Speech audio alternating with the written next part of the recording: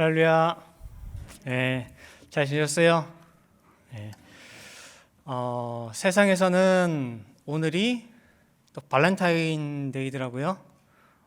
근데 저희들에게 있어서는 또 돌아온 수요일부터 이제 사순절이 시작이 됩니다. 그래서 돌아오는 수요일은 제 수요일이라고 합니다.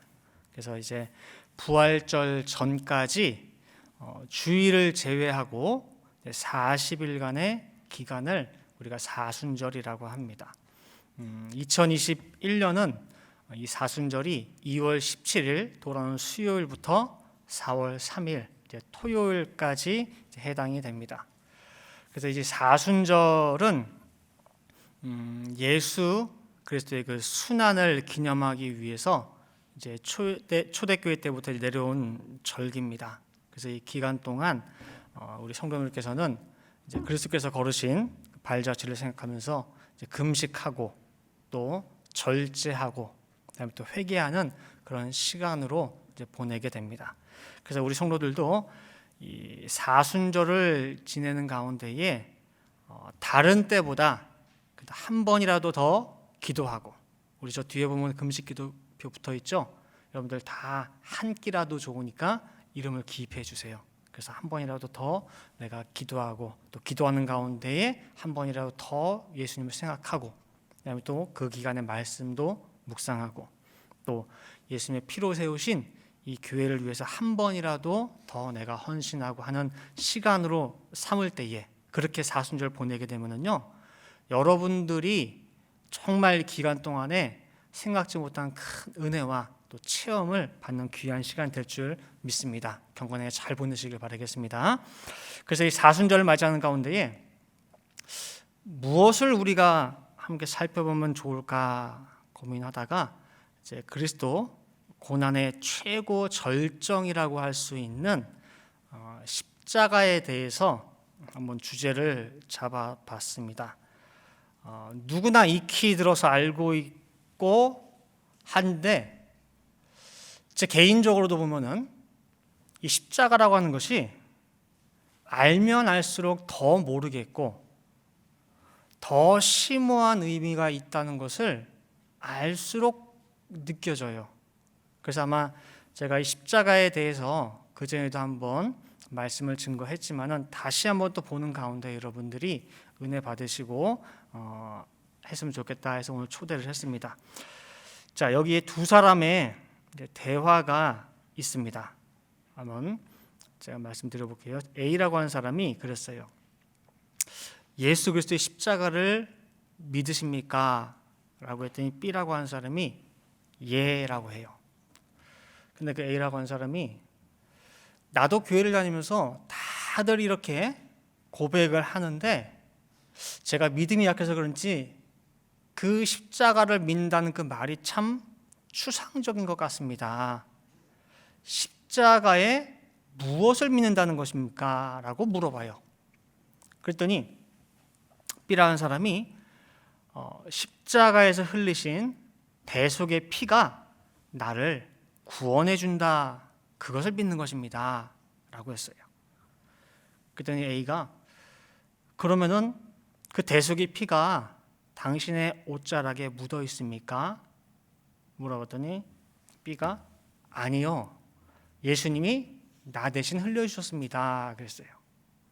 그랬더니 A가, 십자가에 예수님 혼자 계시고 당신은 거기 없군요. 그럼 당신은 십자가의 주변인이군요 라고 했어요. 그랬더니 A의 이 말에 B가 순간 아무 말도 대답할 수가 없었습니다. 자, 성경을 쭉 보면은요, 하나님께서 항상 언약을 맺을 때 언제나 피로써 언약을 맺습니다. 그리고 그 피를 가지고 뿌려요, 그 당사자에게. 그래서 피의 흔적이 언약의 대상자에게 있어야 됩니다.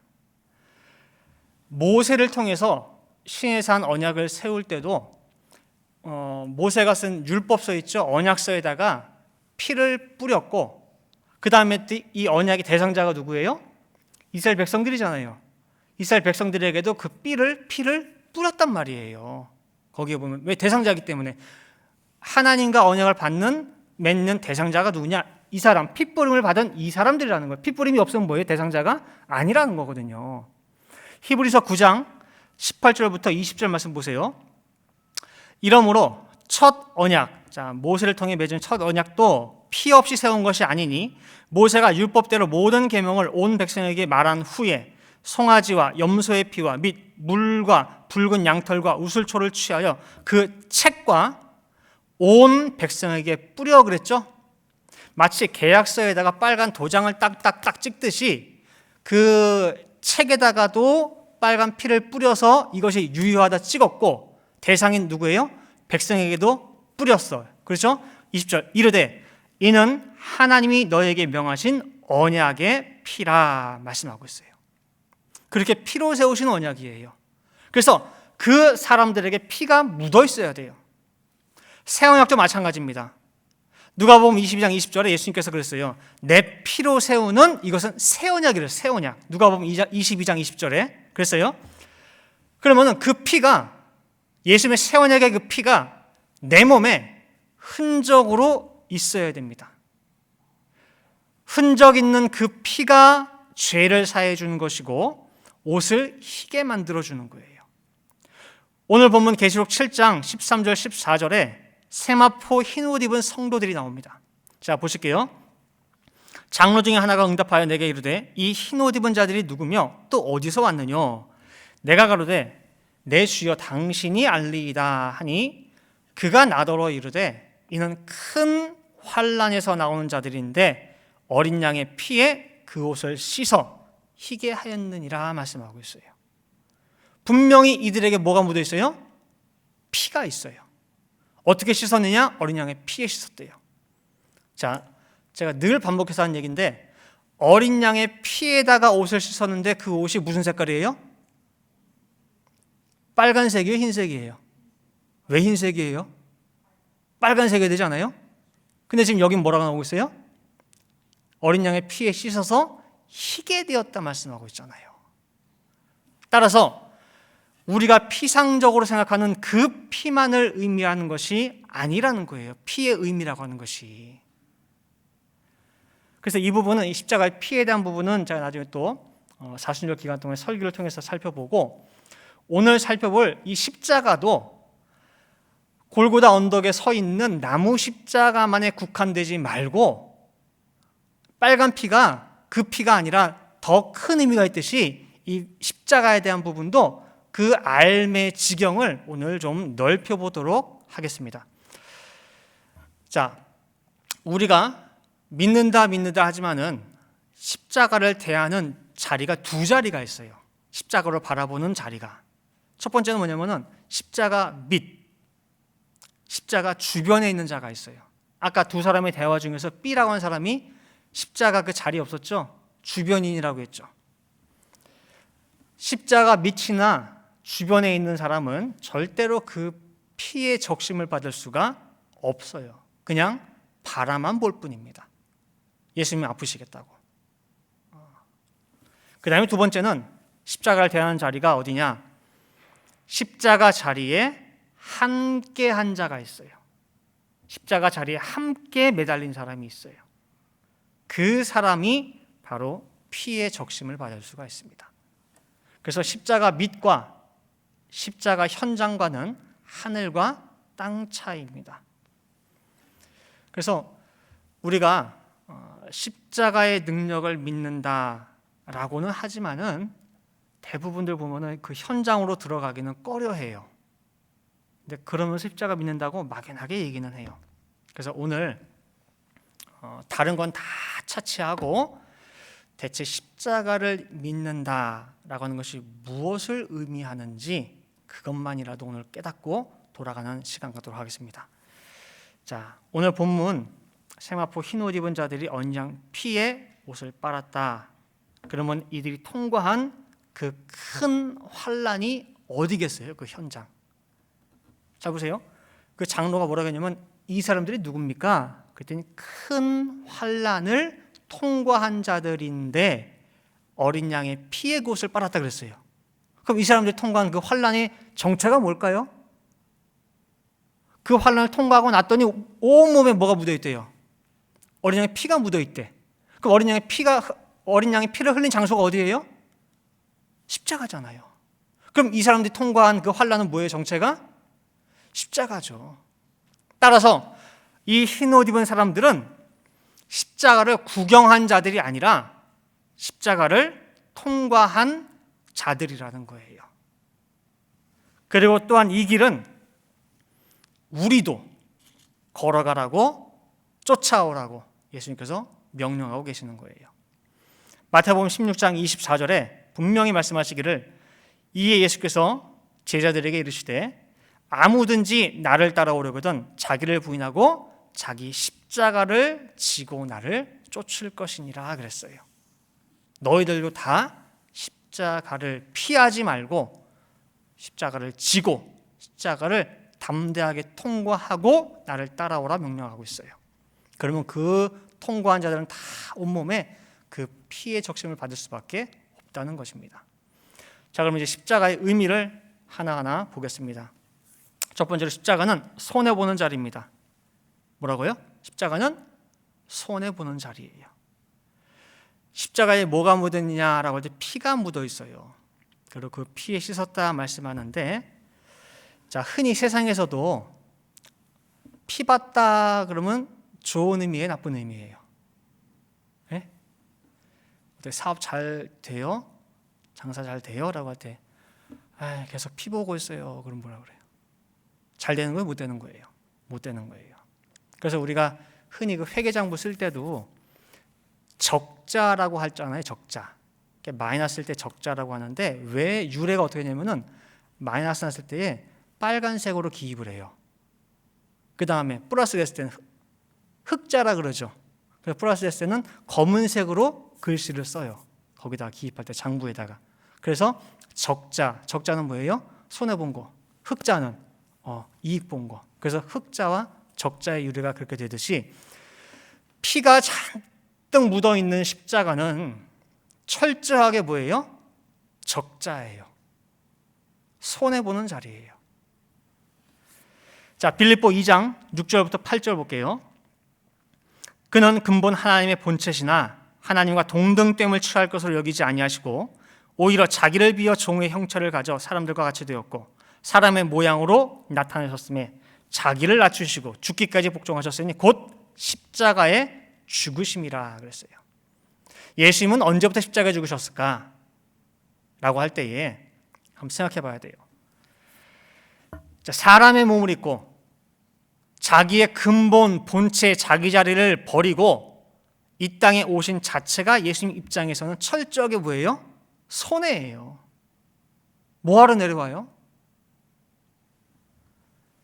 죄악된 인간들이 이 땅에서 지지고 볶고 난리치고 뭘 해도, 그리고 또 영원한 죄의 종으로 살든 그냥 하늘에서는 알아서 하라고 내버려 두고 외면해도요, 하늘 세계에는 아무런 영향을 미치지 않아요. 땅에서 벌어진 일들이 하늘에 영향을 미치지 않아요. 욥기에 보면은요, 욥이 자기는 분명히 의로운데 나는 지금 이 고난을 아무런 이유 없이 받고 있다, 항변하는 그 욥을 향해서 엘리후가 다음과 같이 말을 하고 있어요. 한번 보세요. 욥기 35장 6절부터 8절에 네가 범죄한들, 욥한테 하는 말이에요. 욥, 네가 범죄한들 하나님께 무슨 영향이 있겠으며 네 죄악에 관영한들 하나님께 무슨 관계가 있겠으며 네가 의로운들 하나님께 무엇을 드리겠으며 그가 네 손에서 무엇을 받으시겠느냐. 네 악은 너와 같은 사람이나 해할 따름이요 네 의는 인생이나 유익하게 할 뿐이니라 그랬죠. 욥이 악을 행하든 의를 행하든 이 땅에서나 관계가 있는 것이 하늘에는 상관이 없어요. 아무런 관련이 없어요.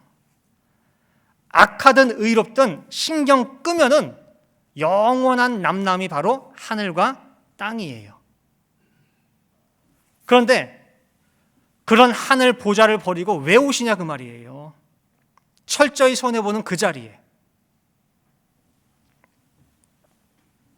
이유는 딱 한 가지예요. 이유는 불쌍해서. 아무것도 모르는 이 철부지 인생들이 불쌍해서 저와 여러분들이 너무너무 딱하고 안 돼서. 그래서 우리가 골고다 언덕에 있는 그 십자가만 생각할 것이 아니라 실상 예수님은 이 땅으로 내려오시는 그 자체가 이미 십자가의 시작이라고 우리가 볼 수가 있습니다. 100% 손해보는 그 자리에 내가 불쌍해서, 우리가 불쌍해서 오신 것. 그 다음에 두 번째로 십자가는요, 억울한 자리입니다. 억울한 자리. 억울함에도 불구하고 어디 가서 하소연 한마디 할 수 없는 자리가 십자가입니다. 자, 예수님 때문에 교인들이 안 와요. 예수님 때문에. 다 예수님한테 가요. 누가복음 12장 1절 말씀 보니까 예수님이 말씀 증거하는 데는요, 사람들이 수백 명, 수천 명이 아니에요. 수만 명씩이 모여요. 반면에 제사장들, 바리새인들, 서기관들 있는 회당에는 파리가 날려요. 헌금이 안 들어와요. 운영이 안 돼요. 누가복음 12장 1절 말씀 보시니까 분명히 뭐라고 되어 있냐. 그동안에 무리 수만 명이 모여서 서로 밟힐 만큼 되었더니, 그죠? 그냥 수백 수천이 아니에요. 수만 명이에요. 오병이어 기적할 때도 그 자리에 먹은 사람이 몇 명이에요? 남자만 5천 명, 여자, 아이, 노인 다 합치면 2만 명. 기본 모였다 하면 수만 명이에요. 그러니 바리새인, 서기관, 제사장들이 가만히 있겠습니까? 빌라도 앞에 어떻게든 해가지고 끌고 갔어요. 예수님을. 빌라도 총독이 가만히 보니까 예수님 잡아온 이유가 다른 게 없어요. 한마디로 시기예요. 빌라도요, 이 자리까지 올라오는 가운데 그냥 올라온 거 아니에요. 눈치가 보통 아니고 정치 구단이에요. 몇 마디 하는 말 딱 들어보면 뭐예요? 다 알아요. 유대인들, 종교 지도자들 이것저것 뭐 구실 다 이유 다 갖다 부시긴 하는데 가만히 들여다보니까 예수님 아무 죄가 없어요.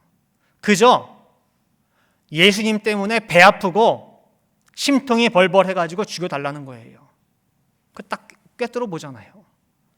마태복음 27장 18절에 이는 저가 그들의 시기로 예수를 넘겨준 줄 알미니라.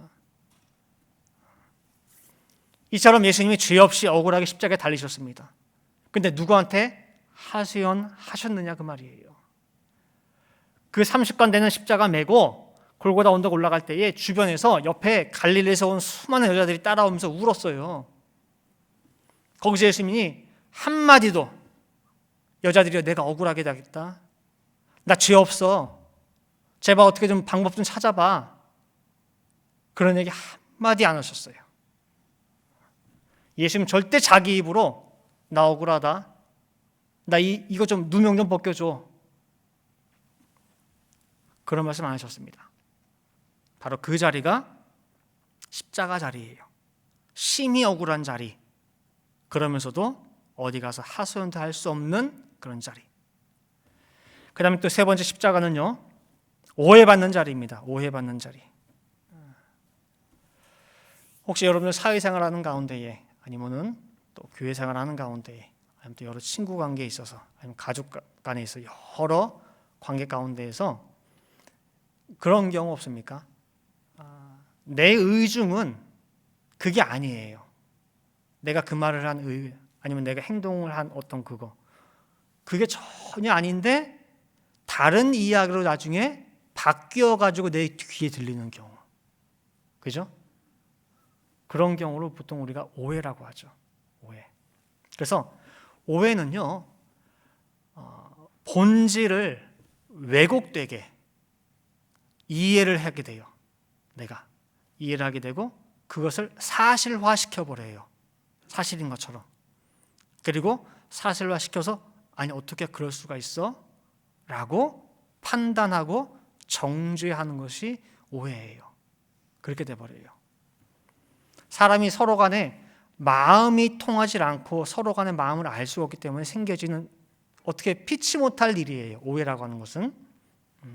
근데 예수님이 이런 오해를 너무너무 많이 받았어요. 특히나 하늘의 세계를 전혀 알지 못하는 인간이기에 그 오해는 더 클 수밖에 없습니다. 예수님 보고 네가 유대인의 왕이냐 그랬죠. 그때 예수님 뭐라고 했어요? 내가 유대인의 왕이냐 그랬어요. 그랬더니 제사장 대제사장이 펄펄펄 난리가 뛰어서 말 같지도 않은 물어보는 사람이 생각하는 왕과 대답하는 예수님의 그 왕은 의미가 달라요. 전혀 달라요. 만약에 세상 왕, 그런 세상 임금의 자리가 탐났으면은요, 오병이어 기적 베풀었을 때 이미 예수님은 왕이 될 수 있어요. 왜 사람들이 성경 보면 분명히 억지로라도 임금 삼으려고 했거든요. 근데 예수님께서 그거 아시고 도망갔어. 왕 될까봐 무서워서. 예수님이 말씀하신 유대의 왕은 전혀 다릅니다. 그 다음에 또 46년 동안 지은 성전, 46년 동안 그 짓고 있었죠? 성전. 다 필요 없어. 그거. 다 헐어버려. 내가 3일 만에 세울게. 이 얘기 듣고도 또 사람들 난리 났죠. 예수님 말씀하신 성전은 개념이 달라요. 그것도 모르고 저 시퍼렇게 젊은 녀석이 나이도 어린데 어디서 허풍만 쎄가지고 말이야. 자기가 사흘 만에 세우겠다고 건방진동. 그 욕을 하고 다녔죠. 그 다음에 또 예수님 늘 같이 어울려 다니는 사람들 누구예요? 죄인들, 세리들, 거룩한 유대인들은 상종도 하지 않는 그 사람들과만 다녔어요. 맨날 옆에 여자 같이 다니고 심지어 창기들이랑 같이 붙어 다니니 온갖 지저분하고 잡다한 소문이 안 나겠습니까? 예수님한테. 요즘 말로 해서 만약에 예수님이랑 어떤 여자가 새벽녘에 호텔에서 이렇게 나오는 거 봤다고 쳐요. 여러분들이 다 자, 무슨 약 드시겠어요? 무슨 약 드세요? 예? 식당에서 나오는 것도 아니고. 야, 예수가 여자 팔짱 끼고 나오더라. 내가 똑똑히 봤어, 호텔에서. 뭐 하나님의 아들이니 뭐니 뭐 고상한 척은 다 하더만 예수도 이쁜 여자 앞에서는 별 수 없는 남자인가 보지. 그 생각 안 들겠어요? 아마 열이면 열 다 이렇게 생각할 거예요.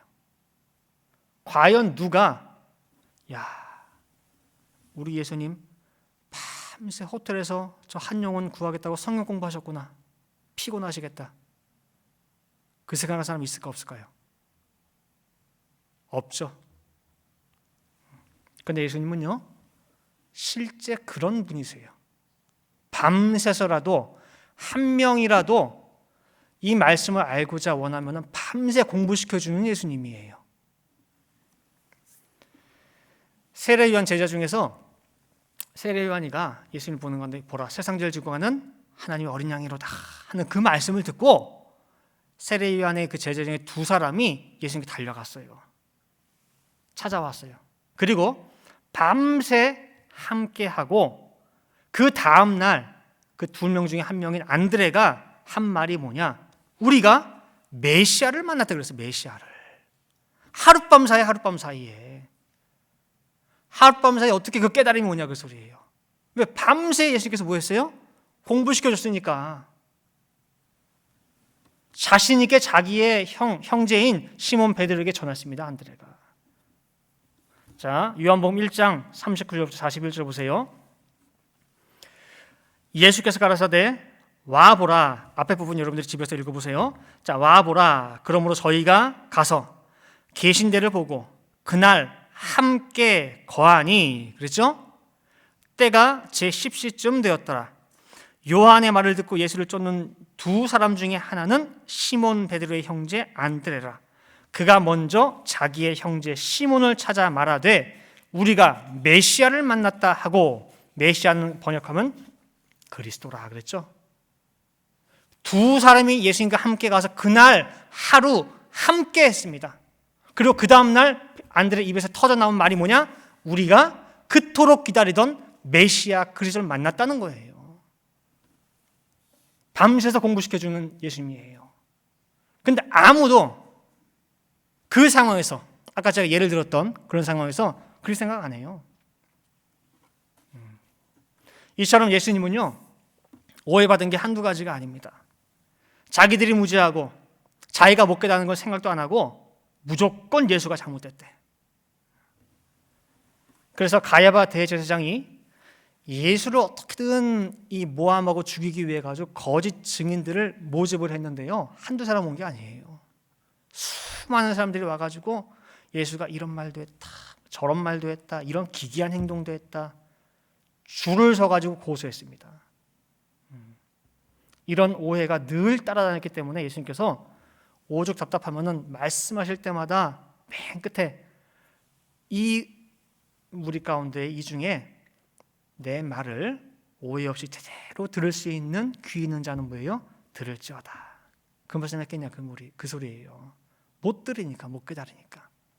맨날 말씀만 들었다면 뭐예요? 이상한데. 그 십자가는요, 오해받는 자리가 십자가입니다. 그다음에 네 번째로 십자가는요, 손가락질 받는 자리입니다. 손가락질 받는 자리. 예수님 십자가에 다는 데 있어서 그 전에 서로 사이가 안 좋던 모든 사람들이 다 하나가 됐어요. 누가복음 23장 11절 12절 말씀해 보니까 빌라도가 예수님을 헤롯한테 보내요. 헤롯 왕한테. 왜냐하면 그 구역 사람이니까, 그 지역 사람이니까.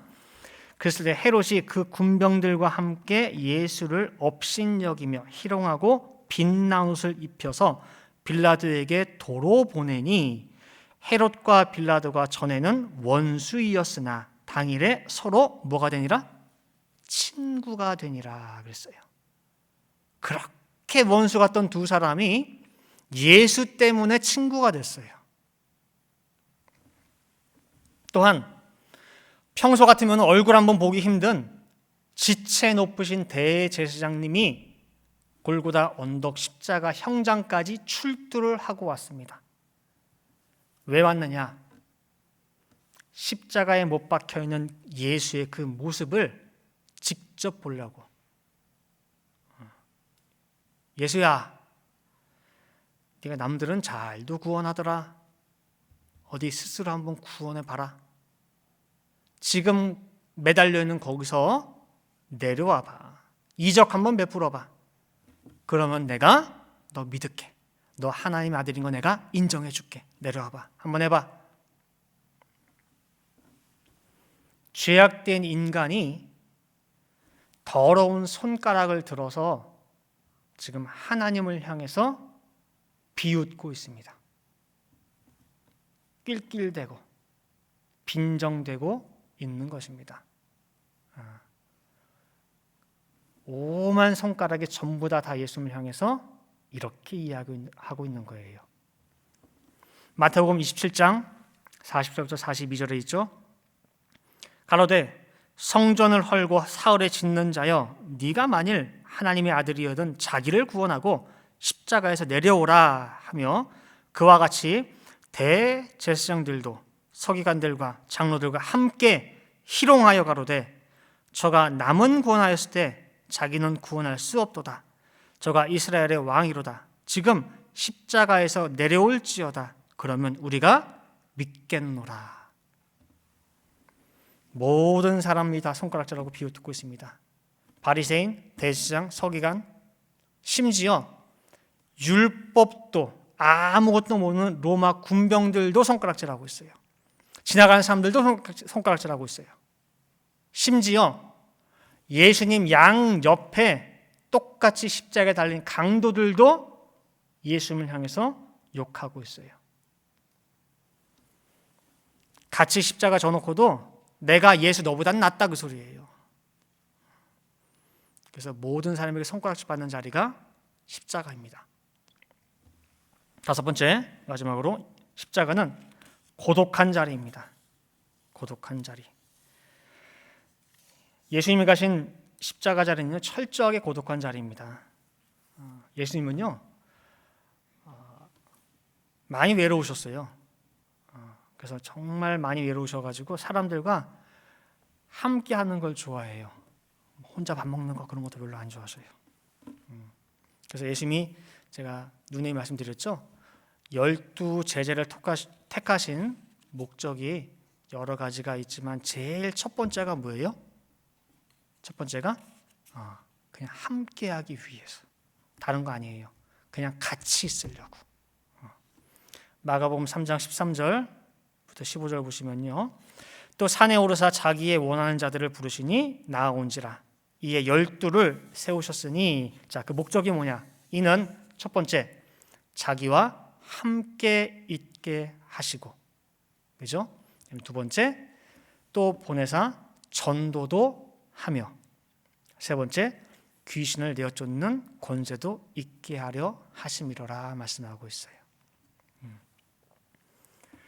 십자가 앞두고 마지막으로 겟세마네 동상에서 간절히 땀방울이 피가 되도록 기도하실 때에도 세 제자 베드로, 요한, 야고보 세 제자에게도 간절히 원하고 소원하고 부탁한 게 뭐냐면요, 나와 함께 깨어서 기도해달라는 거예요. 나와 제발 좀 함께 해달라는 거예요. 함께. 나 혼자 외롭게 하지 말고. 마태복음 26장 38절에 그 부탁이 나와요. 그래서 예수님은요, 평생의 외로운 것이 너무나 싫어서 누구든 함께 하기를 그렇게 원하셨는데, 또다시 십자가의 외로이 고독하게 달리신 게 바로 우리 예수님이세요. 자, 이제 결론 맺도록 하겠습니다. 제가 서두에 여러분들 예수님의 십자가를 믿으십니까? 라고 할 때 당연히 누구나 예라고 하겠죠. 그럼 무엇을 믿으십니까? 라고 반문을 했어요. 그럼 십자가 보혈이 우리를 구원한다고 하는 것, 그것을 믿는다 라고 우리가 알고 있는데, 그 전에 선행되어 믿어야 할 것이 있습니다. 먼저 믿어져야 될 게 있어요. 이게 안 믿어지면요, 십자가 보혈이고 보혈을 통한 구원이고 아무것도 믿을 수가 없어요. 뭐냐? 예수님의 십자가 뭘 믿느냐? 라고 할 때에 십자가가 승리의 십자가라고 하는 것, 이게 오늘 결론이에요. 이게 믿어져야 돼, 이게. 아까 십자가의 의미가 뭐라고 했죠? 5가지 살펴봤죠? 첫 번째가 손해보는 자리, 두 번째가 억울한 자리, 세 번째 오해받는 자리, 네 번째 손가락질 받는 자리, 다섯 번째 고독한 자리. 그래서 십자가가 있으면요, 하여간 어디를 가도 명함 못 내밀고 외면당하고 무시당하고 밟히는 자리가 십자가 자리입니다. 육의 눈으로 볼 때의 십자가는요, 망했어요. 철저하게 패배한 자리입니다. 모두가 십자가 앞에서는 똘똘 뭉쳐서 잡아 죽였어요. 하여간 예수 잡아 죽인 데 있어서는 원수까지도 한마음 한뜻이 됐어요. 야, 따 예수 따라다니는 것들 꼴 좋다. 이제 쫄딱 망했으니 그것들 뭐하고 지내려나? 뭐하고 살라나? 예수 때문에 그동안에 세상 시끄러웠는데 이제 좀 조용해지겠네. 이제 좀 세상 편하겠네. 처참하게 무너진 자리가 십자가입니다. 그런데 그 무너진 자리, 폭망한 자리가 승리의 자리라는 게 과연 믿어지겠냐, 그 소리예요. 아까 마태복음 16장 24절에 너희들도 십자가 가지고 나를 따라오라 그랬는데, 폭망한 십자가, 그 자리를, 그 십자가를 누가 지겠으며 누가 따라가겠느냐, 그 말이에요. 자, 보세요. 마태복음 26장 58절 보시면은요, 베드로가 멀찍이 예수를 쫓아 대제사장의 집 뜰에까지 가서 그 결국을 보려고 안에 들어가 하석들과 함께 앉았더라 그랬어요. 수제자라고 하는 베드로예요. 예수님이 잡히시고 지금 쫓아가는데, 함께 가는 게 아니라 어떻게 쫓아가요? 멀찍이 쫓아가고 있어요. 멀찍이. 왜? 그 결국을 보려고. 뭐냐? 아직 끝난 게 아니거든요. 그러니까 이대로 사형 판결 나서 십자가에 달려 죽는 건지, 아니면은 무죄로 해가지고 다시 방면돼서 풀려날지, 그거 살피려고 지금 따라가는 거예요. 여차하면 이쪽으로 가고 여차하면 이쪽으로 가려고. 자, 우리라면 다를까요? 나 같으면은? 우리도 십자가에 대한 믿음과 확신이 없으면은요, 예수를 믿어도 언제까지나 십자가 주위만 뱅뱅뱅 맴돌고 십자가를 멀찍이 쫓아가게 돼 있어요. 십자가의 방관자가 될 수밖에 없어요. 왜? 십자가 망한 자리거든요. 폭망한 자리거든요. 잘 새기시기 바랍니다. 예수 그리스도의 십자가를 믿는다는 것은 뭐냐? 라고 할 때에 십자가는 패배가 아니라 승리라고 하는 것, 죽음이 아니라 새 생명의 시작이라고 하는 것, 그것을 먼저 믿어야 돼요. 그게 십자가를 믿는다는 의미예요. 그 믿음의 터 위에서 구원을 받는 거예요. 십자가가 승리라고 하는 그 믿음이 있어야 그 십자가에 내 모든 것을 걸고 올인할 수 있습니다. 과감히 십자가에 내 몸을 던져서 그 피에 적실 수가 있다는 거예요. 그때 비로소 십자가 피로 구원받는 거지, 이런 믿음과 확신도 없는데 어떻게 십자가에 내 몸을 던지겠냐, 그 소리예요. 절대 십자가에 올인할 수가 없습니다. 그래서 여러분들, 십자가의 의미 꼭 기억하세요. 십자가는 뭐라고요? 패배예요? 승리. 우리 교회는요, 예수 그리스도의 십자가가 확실하게 서 있는 교회예요. 아까 십자가 의미 보니까 좋은 거 하나라도 있어요, 없어요? 없죠? 오해받고 억울함 당하고 손해보고, 그렇죠? 손가락질 받고 좋은 거 하나도 없지만은 그 십자가 붙잡고 오로지 서 있는 교회가 뭐예요? 이 교회예요. 이 교회. 그게 우리 교회의 역사예요. 그래서 이제 우리 성도들은요, 이 십자가가 승리의 십자가고, 그래서 부활의 십자가고 새 생명의 십자가라는 것을 꼭 믿으시기 바랍니다. 그래야 십자가 두렵지 않고 피하지 않고 담대하게 인내를 가지고 통과할 수가 있다는 거예요. 오늘 두 번째 본문 갈라디아 6장 17절에 이렇게 말씀하고 있죠. 이후로는 누구든지 나를 괴롭게 말라. 내 몸에 예수의 흔적을 가졌노라 라고 하고 있어요. 사도 바울의 고백이죠. 사도 바울은 당당하게 내가 예수의 흔적을 가졌대요. 즉 예수 십자가 피의 흔적을 내가 가지고 있다는 거예요. 왜? 사도 바울은 어디에 있으니까? 예수와 함께 십자가에 못 박혔으니까. 그래서 그 피를 아는 거예요. 그래서 여러분들이 이 십자가의 의미, 그리고 십자가가 참으로 승리고 부활이고 새 생명이라는 것을 알게 돼서 십자가에 나를 던졌을 때에 그 다음에 뭘 알게 되냐면요, 뿌린 피가 무엇이고 흘린 피가 무엇인지에 대한 차이를 알 수가 있어요.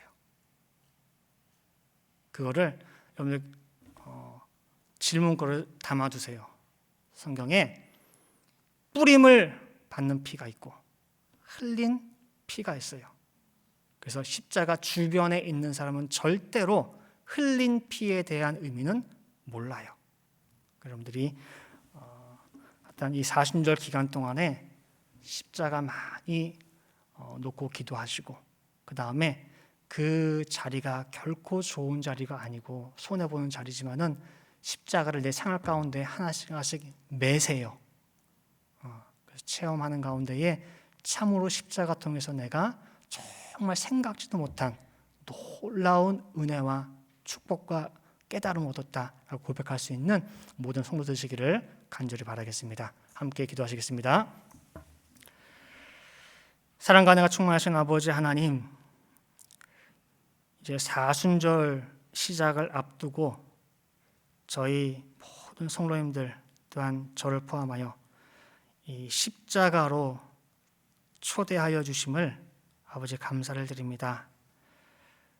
저희들이 늘 입으로 고백하고 찬송 불렀던 그 십자가의 지경을 넓힐 수 있게 도와주시어서 인간 구원을 하기 위하여 정말 모든 구속사의 시작부터 이 십자가가 있어 왔으며 지금까지 그 십자가가 나 하나를 바라보는 가운데 오고 있다고 하는 것, 그리고 우리가 바라보는 그 세계가 십자가 너머에 있습니다. 그렇기 때문에 우리 모든 성도들 십자가의 의미를 정확하게 깨닫고 십자가를 향하여 나의 모든 것을 걸고 정말 이 세상과 정말 이별하는 자리가 이 세상을 못 박는 자리가 십자가인 줄 믿사오매 그 십자가에 모두가 동참할 수 있는 우리 성도들 될 수 있도록 인도하여 주시옵소서. 사도 바울이 정말 내가 이 땅에 살면서 자랑할 수 있는 것은 바로 내 몸에 예수의 흔적을 가졌노라. 내 몸에 예수의 피가 머리부터 발끝까지 다 적시고 있다고 하는 것, 그거 하나 자랑 삼아 고백하였습니다. 아버지 하나님, 저희들 죄악된 이 세상 살아가는 가운데에 세상 모든 사람들처럼 내 이익을 찾아 생활하는 것이 아니라, 쫓아가는 것이 아니라 정말 하나님의 말씀을 기준하여서 내가 비록 손해볼지라도, 억울함 당할지라도, 손가락을 받을지라도, 오해받을지라도 그래도 이 말씀의 길에서 끝까지 이탈하지 아니하고 달려갈 수 있게 도와주시고, 그 모든 과정 하나하나 십자가를 넘을 때마다 정말 아버지의 모습을 닮아갈 수 있게 도와주시고 예수 그리스도의 형상이 우리 각자 속에 임할 수 있도록 아버지 인도하여 주시옵소서. 그래요, 참으로 우리 뉴욕프렌 동사의 성도들 한 사람 한 사람 참된 그리스도라 칭함받을 수 있도록 아버지 역사하여 주시옵소서. 정말 이 사순절 기간 저희들에게 허락하여 주셨사오매 하루하루를 통하여서 더욱더 아버지께 가까이 갈 수 있는 귀한 기회로 삼을 수 있도록 인도하여 주시옵소서. 기도한 들으실 줄을 믿고 감사드리며 이 모든 말씀 사랑의 말씀 예수 그리스도 받들어 기도 올리옵나이다. 아멘.